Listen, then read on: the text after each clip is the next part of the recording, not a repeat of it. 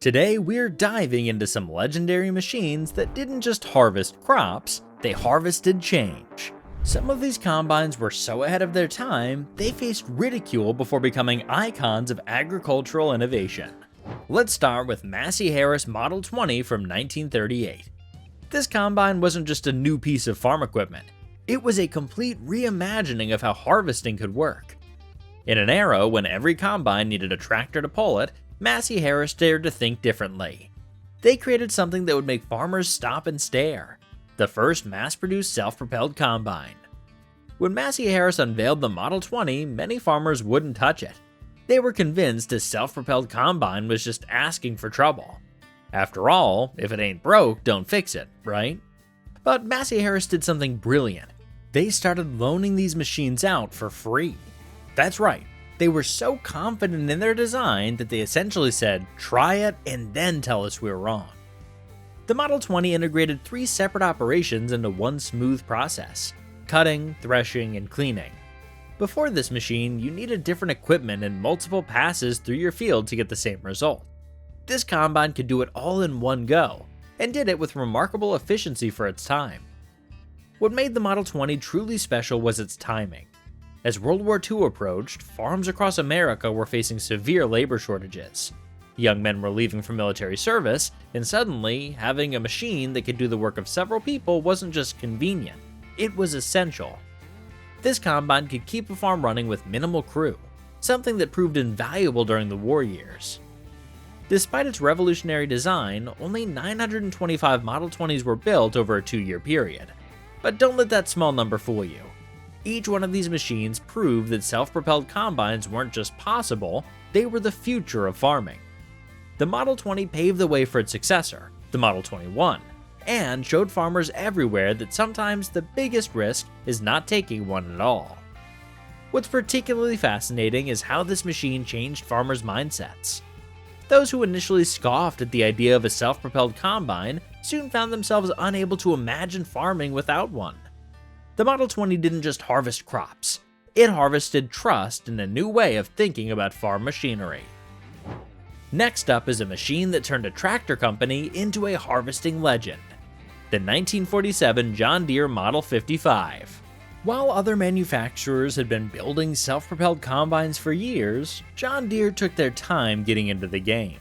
But when they finally did, they created something that would outlast almost everything else in the field.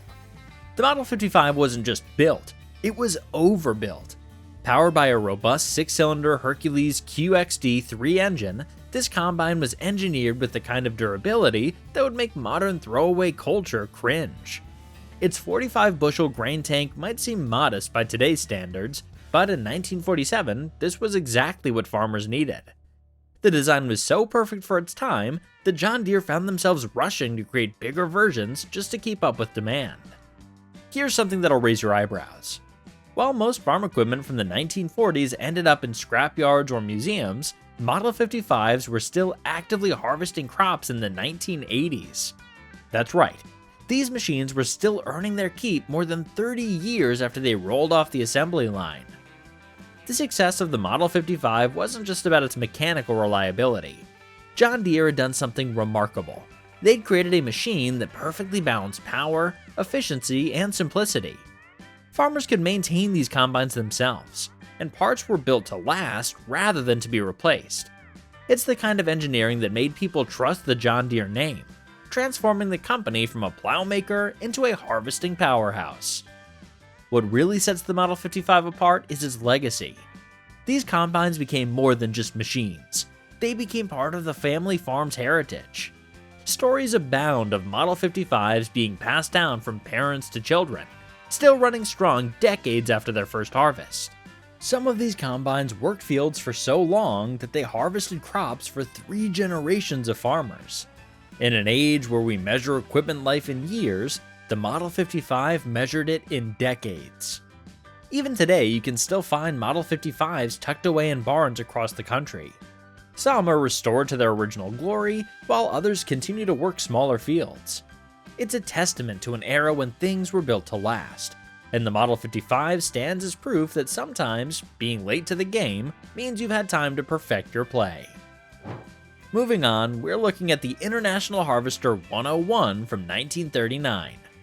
Following closely on the heels of Massey-Harris, IH wasn't content to just join the self-propelled combine race. They were determined to change it. The Model 101 emerged as their answer to modernizing American agriculture, though convincing farmers to embrace this change would prove to be quite the challenge.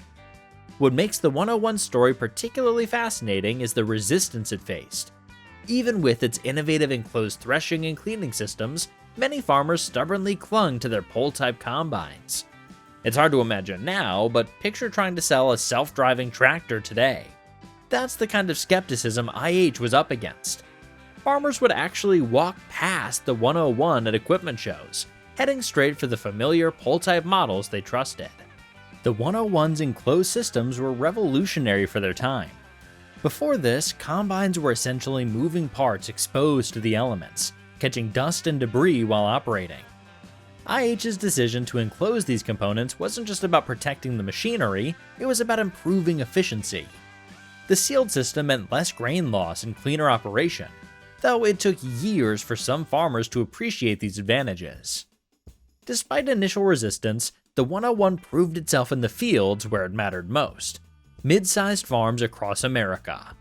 These were operations too large for traditional harvesting methods, but not quite ready for the largest machinery available. The 101 hit this sweet spot perfectly, offering the right combination of size, power, and maneuverability. It became the bridge between old-school farming and modern agriculture. While production numbers remain a mystery, the 101's influence can be traced through generations of IH combines. Its basic design principles, the enclosed systems, the operator position, and the grain handling setup, became standard features on countless machines that followed. In many ways, the 101 wasn't just a combine, it was a blueprint for the future. The most remarkable aspect of the 101's legacy isn't just its technical innovations, it's how it gradually changed minds. Those same farmers who initially rejected self-propelled combines began to see their neighbors finishing harvests faster, with less labor, and with clearer grain. The 101 didn't win them over with flashy features or aggressive sales tactics. It won them over with results, one field at a time. Next, we have a machine that broke all the rules, the Allis-Chalmers all-crop harvester from 1935. While other manufacturers were racing to build bigger and faster combines, Allis-Chalmers took a different path. They created something that would become known as the Swiss Army knife of harvesting equipment. Oh, and real quick, please take a moment to hit that subscribe button. It really helps out my channel. The all-crop harvester might have been a pole-type combine, but don't let that fool you. This machine could harvest things other combines wouldn't dare touch. From traditional grains to delicate legumes, and even tiny seeds like clover and alfalfa. If it grew in a field, the all-crop could probably harvest it.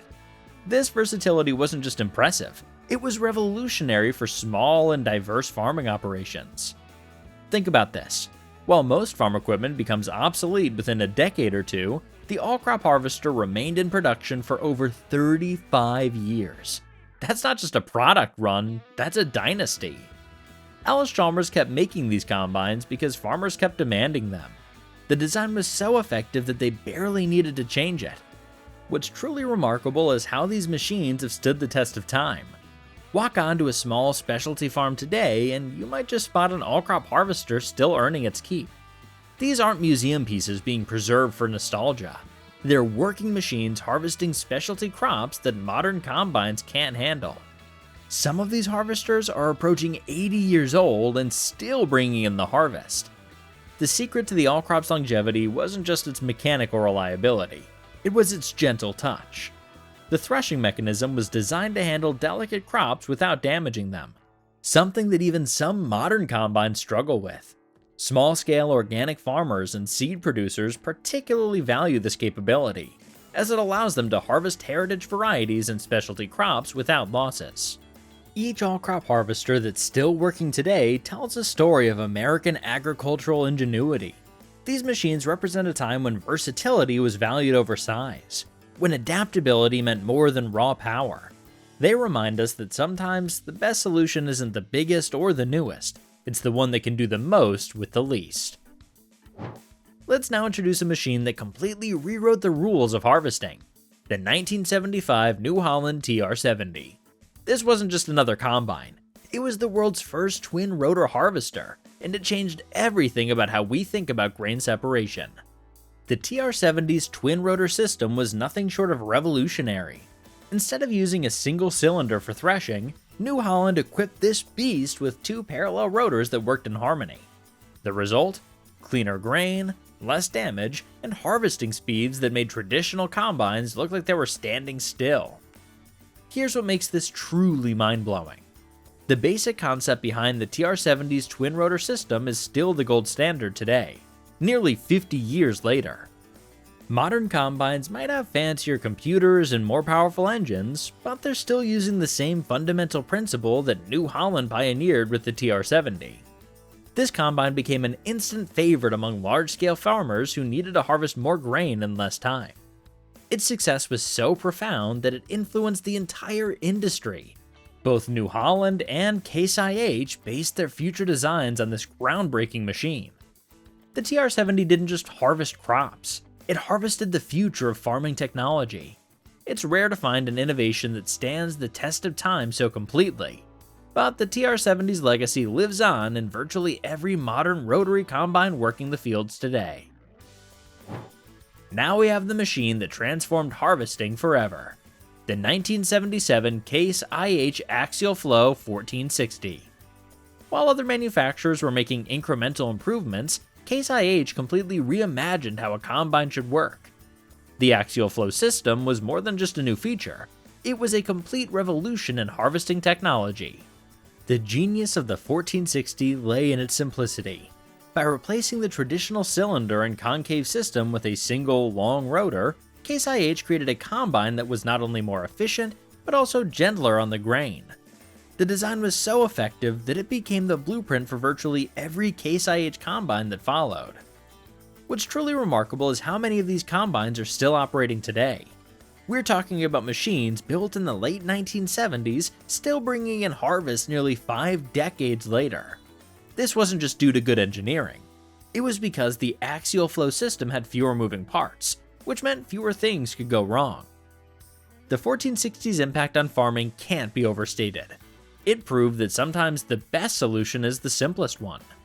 Farmers who bought these combines often found themselves passing them down through generations. Not because they couldn't afford newer models, but because their 1460s just kept working. In an industry where technology seems to change by the minute, the Case IH Axial Flow 1460 stands as proof that true innovation stands the test of time.